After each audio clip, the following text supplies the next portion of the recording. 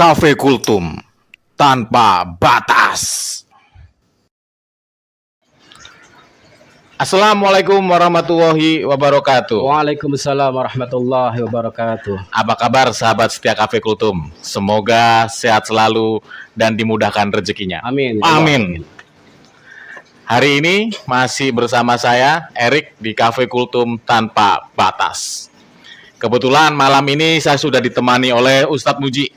Assalamualaikum Ustadz. Waalaikumsalam warahmatullahi wabarakatuh. Sehat selalu ya Ustadz. Alhamdulillah khair. Alhamdulillah.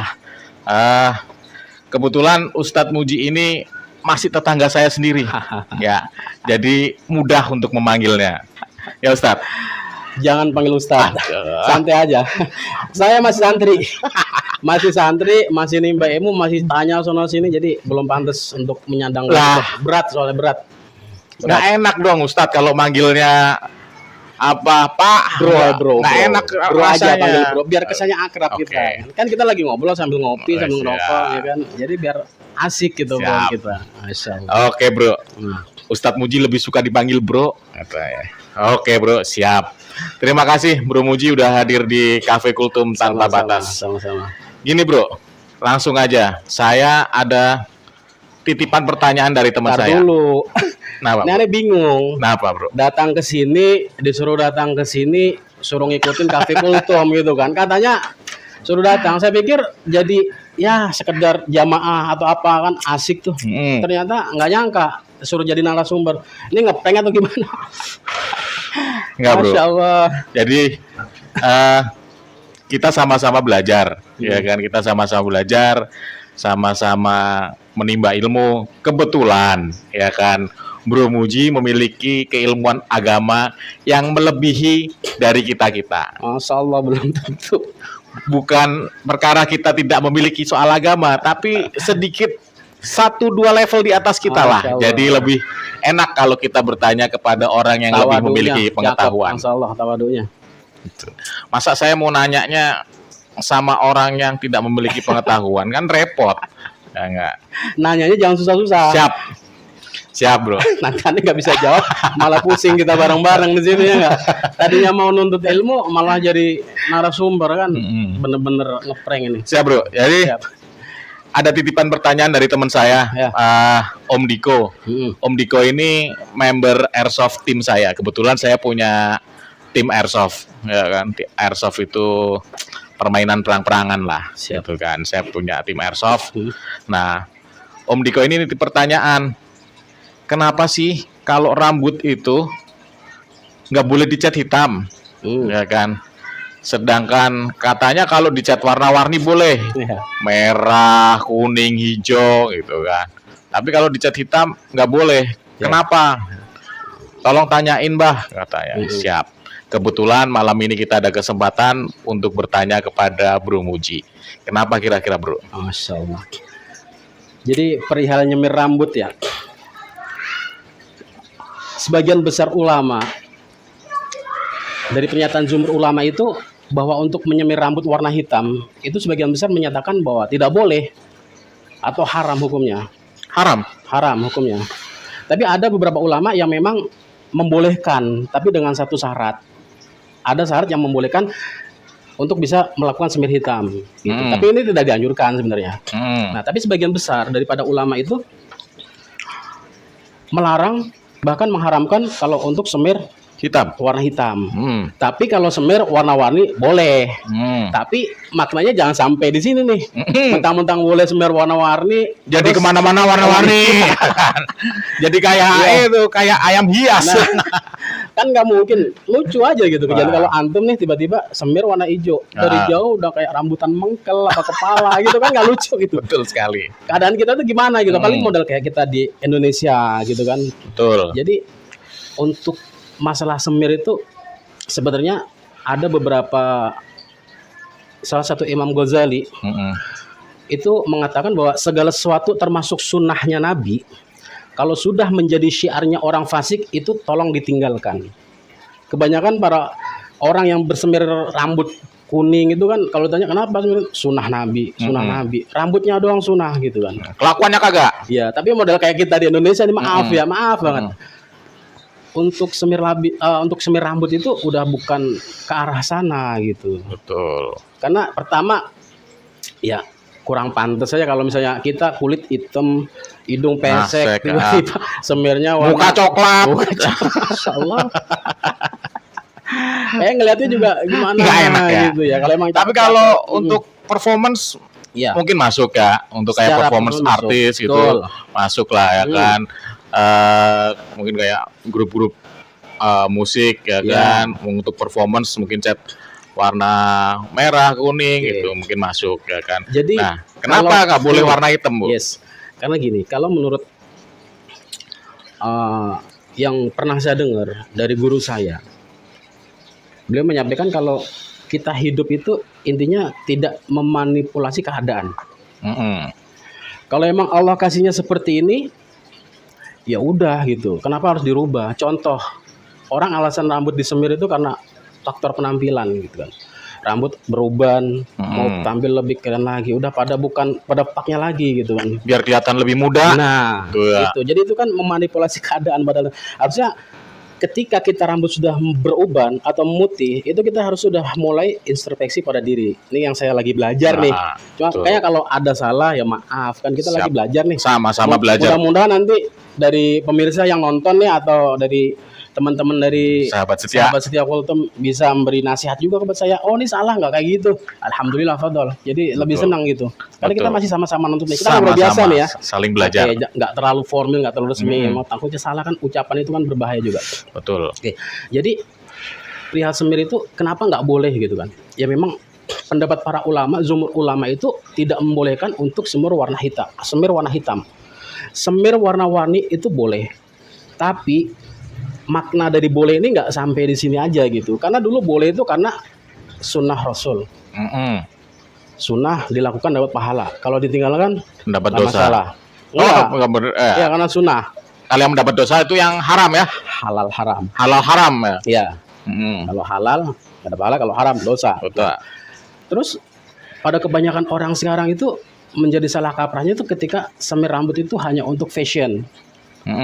Hanya untuk penampilan gitu, bukan kembali ke fitrahnya dulu gitu, karena sunnah gitu, untuk syiar dan sebagainya. Nah ini yang banyak dimaknai melencengnya itu kenapa? Ketika seseorang melihat artis idolanya nih sedang giol-giol atau sedang booming, manggung tinggi ya kan, banyak fansnya, banyak ini. Nah dia contoh mempunyai rambut yang warnanya setelah disemir, entah itu merah, hitam, hijau dan sebagainya.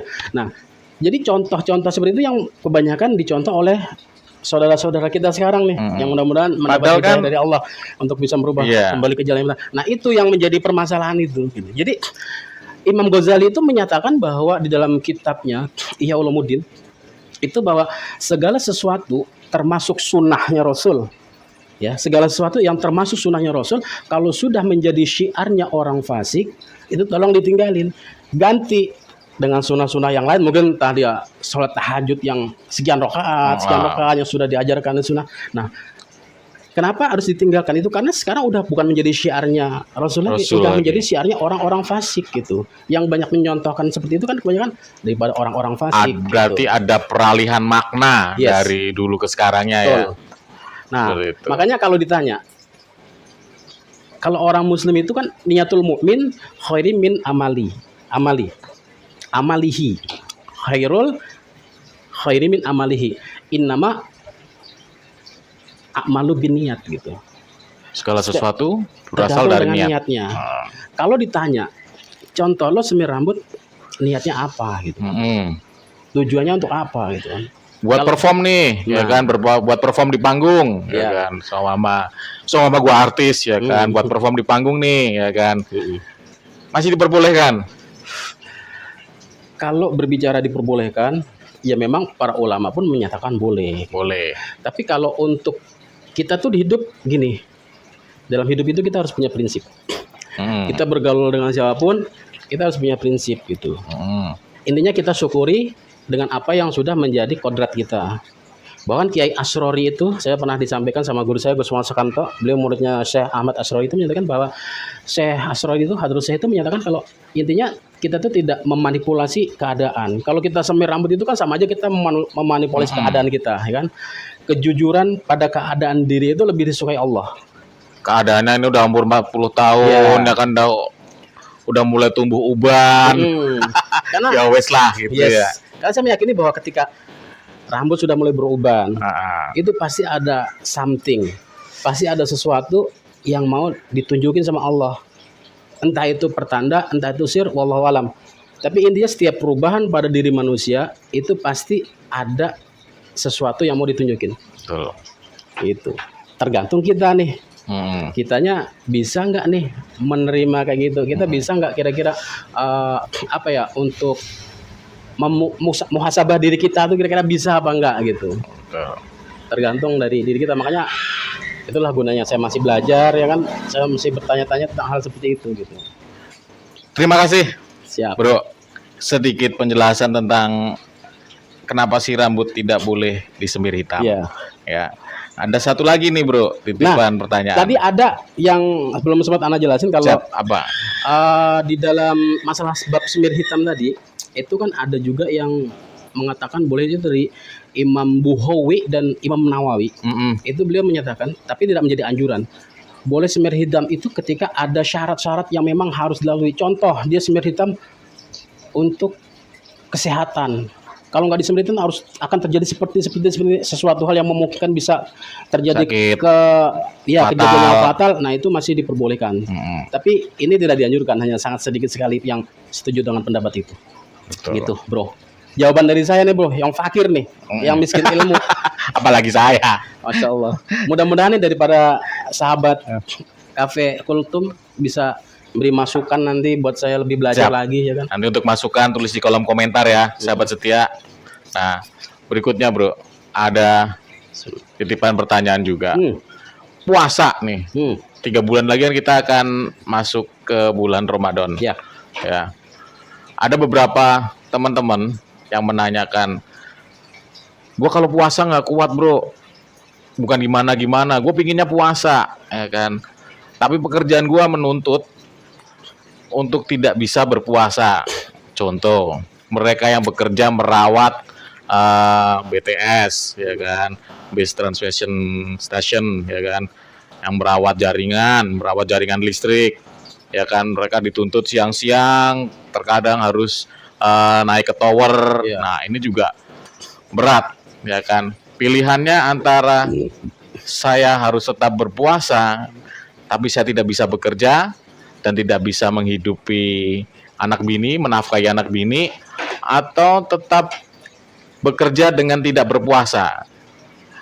Agak rumit juga sih pertanyaannya menurut saya. Kalau pekerjaan lain ada? Pekerjaan lain ya, mungkin yang kerja di pabrik juga lumayan berat. Mereka yang berhadapan dengan produksi, mesin-mesin produksi, ya kan, mesin produksi itu kan panasnya bisa mencapai 32 derajat Celcius. Ya kan, apalagi mereka yang bekerja di bagian molding, ya kan, molding tuh mencetak plastik, ya kan, crushing yang mereka bagian ngancurin produk. Yang bekerja ini nggak kuat nih kalau bekerja sambil puasa gitu. Nggak kuat karena emang tuntutan pekerjaannya dengan suasana pekerjaannya yang lumayan ekstrim, gitu kan. Mereka yang bekerja di tower, mereka yang bekerja di ruang produksi. Nah, emang saya ngakuin sendiri karena kebetulan saya juga salah satu vendor perusahaan makanan. Ketika saya masuk ke ruang produksi emang rasanya panas banget, ya kan. Ya saya rasa bisa dehidrasi berlebihan kalau sebenarnya kita tidak kemasukan cairan seperti itu, tidak bisa minum, tidak bisa makan. Mungkin kalau makan kita masih bisa nahan ya, tapi untuk minum berat juga. Gimana menurut Bro Muji pendapatnya? Jadi perihal puasa bagi yang bekerja ya. Jadi tuntutan keluarga di sisi lain juga tuntutan pekerjaan. Orang kalau nggak kerja dia nggak bisa nafkahin keluarga. Betul. Sementara pekerjaan cuma itu. Gitu. Dan pekerjaannya lumayan ekstrim Dan kalau misalnya suasananya. dia nggak dia puasa, dia nggak bisa kerja karena mungkin lemes atau bisa-bisa juga malah berakhir pingsan mungkin gitu ya. Iya, betul. Masya Allah. Kalau menurut apa yang saya dengar, kalau orang niat secara sengaja untuk tidak berpuasa haram. Haram. Sementara puasa sendiri sudah jelas perintahnya dalam Al-Quran. Betul. Wajib. Allah menyuruh kita untuk berpuasa. Wahai orang-orang yang beriman, berpuasalah engkau sebagaimana orang-orang terdahulu sebelum kamu. Tujuannya agar supaya kita bisa bertakwa kepada Allah. Untuk menambah ketakwaan kita kepada Allah, yaitu disuruhnya kita berpuasa. Betul. Jadi puasa ini hukumnya wajib gitu. Memang ada beberapa yang tidak diwajibkan untuk berpuasa. Kayak ibu menyusui mungkin ya. Contoh kayak anak kecil, terus orang yang gila atau hilang akal sehat, terus sakit, orang tua atau lansia yang lemah, musafir. Musafir pun juga dengan syarat minimal dia perjalanan 84 kilo. Dan itu pun ada syarat yang harus dilalui sebelum dia berniat untuk tidak puasa itu. Contoh, saya jelasin dulu lah ya, biar enak nih, biar paham tentang puasa nih sama-sama. Kalau saya salah biar ada yang ngoreksi gitu kan. Pertama anak kecil. Anak kecil itu kan kalau belum balik kan nggak diwajibkan untuk berpuasa. Makanya kita sebagai orang tua tuh harus mendidik anak kita sedini mungkin untuk mulai berpuasa gitu. Misalnya anak udah usia 7 tahun, ya udah ajarin untuk berpuasa. Mungkin awalan dia akan berpuasa sampai zuhur. Kemudian nanti setelahnya bisa sampai asar. Nah, berikut-berikut itu pasti karena terbiasa dia akan bisa sampai full gitu. Karena belum diwajibkan. Jadi masih boleh. Nah, wajibnya buat anak itu ketika anak itu sudah balik, itu ukurannya ketika dia sudah keluar mani. Kalau untuk yang perempuan sudah haid. Nah, itu udah wajib untuk berpuasa dan harus dikontrol puasanya gitu. Yang kedua adalah hilang akal sehat.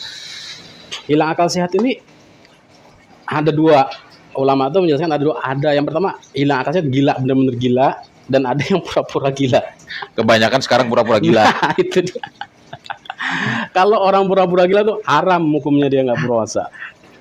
Enak gitu. Orang puasa dia makan. Makanya kalau nggak mau puasa udah jadi orang gila aja. Lah sedangkan ya itu saya nanya dengan sedangkan teman-teman yang bekerja dalam suhu ekstrim, suasana ekstrim, mereka berpuasa, sahur ya kan berpuasa. Tapi ketika menuntut mereka bekerja dengan konsentrasi yang lebih, agak susah juga menurut saya. Jadi gini, ketika orang yang bekerja, yang benar-benar dia bekerja keras, ketika di tengah puasa dia tidak kuat lagi, sementara tuntutan pekerjaan, kalau seandainya tidak bekerja mungkin dia akan dipecat. Kalau dipecat dia tidak akan bisa memberikan nafkah kepada anak istrinya. Sementara mencari nafkah ini hukumnya wajib. Fardu ain, wajib hukumnya. Makanya Islam itu sangat mentolerir gitu kan, sangat memberikan kemudahan bagi orang-orang yang kerja gitu. Banyak ruksoh. Ya, jadi gini. Orang yang bekerja berat, yang memang tidak memungkinkan dia harus terus menjalankan ibadah puasanya, itu dia boleh membatalkan puasanya. Tapi dengan syarat. Syarat-syarat yang harus dilakukan adalah dia tetap harus sholat dong. Betul, sholat pasti. Dia harus tetap ngikutin aturan-aturan orang berpuasa. Contoh, niat dia harus tetap berpuasa, dia harus sahur. Jangan diniatin dari besok itu udah nggak puasa. Jangan, sahur dulu. Kita coba dulu. Coba dulu puasa sambil kerja. Kalau memang udah nggak kuat, boleh. Boleh gitu. Nah, kemudian timbul pertanyaan begini. Orang yang nggak ada uzur berpuasa, ketika dia meninggalkan puasa kan harus membayar kifayah atau mengqadha puasanya. Sementara kalau untuk yang kasus seperti karyawan seperti itu, karena setiap hari baik di bulan puasa atau nggak di bulan puasa kerjanya sama gitu. Itu gimana gitu? Kadang malah bulan Ramadan itu pekerjaan lebih berat ya, karena kejar-kejaran target produksi buat Lebaran. Ya itu nggak apa-apa. Makanya Allah itu Maha Rahman Maha Rahim. Maka disiasati dengan kita melakukan seperti apa yang orang lakukan ketika berpuasa. Waktunya sahur, waktunya niatin puasa esok hari. Ketika dia udah mencoba puasa, mungkin tengah hari udah nggak kuat, silakan. Bisa gitu untuk dia membatalkan puasanya. Tetap harus berusaha terlebih dahulu. Berusaha. Jadi berusaha lebih dahulu, teman-teman ya. Tetap niat, tetap sahur, tetap harus berusaha. kalau mau pingsan baru ada keringanan. Ya. Niatul mumin khairum min amalihi. Jadi niatnya orang mumin itu lebih besar daripada amaliyahnya. Innama a'malu binniyat. Semua tergantung dari niat. Kalau emang niatnya udah nggak mau puasa, Ya jangan. Haram ya. harus bayar qadha. Karena saya menemui beberapa teman-teman ya seperti itu. Saya juga melihat sendiri pekerjaannya lumayan ekstrim. Kadang beberapa pekerjaan itu saya lihat mereka bekerja di ruang chiller ya kan, di ruang pendingin yang suhunya minus. Kacau juga sih ya kan. Mereka tetap berusaha, tapi ya gimana Pak, nggak kuat juga. Kita juga harus konsentrasi menghitung barang ya kan. Gue nggak bisa jawab lah ya kan. Karena saya keilmuannya terbatas ya sudah makan aja sana ya kan. Saya menyelamatkan pekerjaan saya. Tapi itu hanya bersifat ketika memang nggak ada pekerjaan lain. Betul. Ya. Jadi alangkah bagusnya tuh kalau orang-orang tuh wah kita kerja 11 bulan yuk banting keringat tulang nanti bulan puasa kita libur. Masya Allah kalau ada yang bisa seperti itu, Masya Allah luar biasa gitu. Maka ketika kita dihadapkan dengan kondisi seperti itu ya nggak masalah. Cuman next usahakan untuk kita bisa mendapatkan pekerjaan yang sekiranya kita tetap bisa berpuasa gitu. Amin. Karena puasa ini adalah salah satu ibadah yang menjadi sarana kita mendekatkan diri secara batiniah kepada Allah Subhanahu wa taala. Gitu, Bro. Siap. Sorry kalau jawabannya nanti jawaban bisa bertanyakan kepada yang lain, jangan hanya kepada satu orang. Siap. Gitu. Takutnya nanti ada perbedaan. Perbedaan pasti ada. Kalau ada perbedaan, jawaban dan lain-lain bisa di kolom komen, teman-teman. Mohon dikoreksi. Mohon dikoreksi. Para sahabat Cafe Kultum yang dirahmati Allah. Terima kasih atas waktunya Bro Muji. Sama-sama. Dan terima kasih juga sudah hadir. Ya, Alhamdulillah. Saya rasa cukup dulu. Siap. Terima kasih atas waktunya. Saya tutup. Wassalamualaikum warahmatullahi wabarakatuh. Waalaikumsalam warahmatullahi wabarakatuh.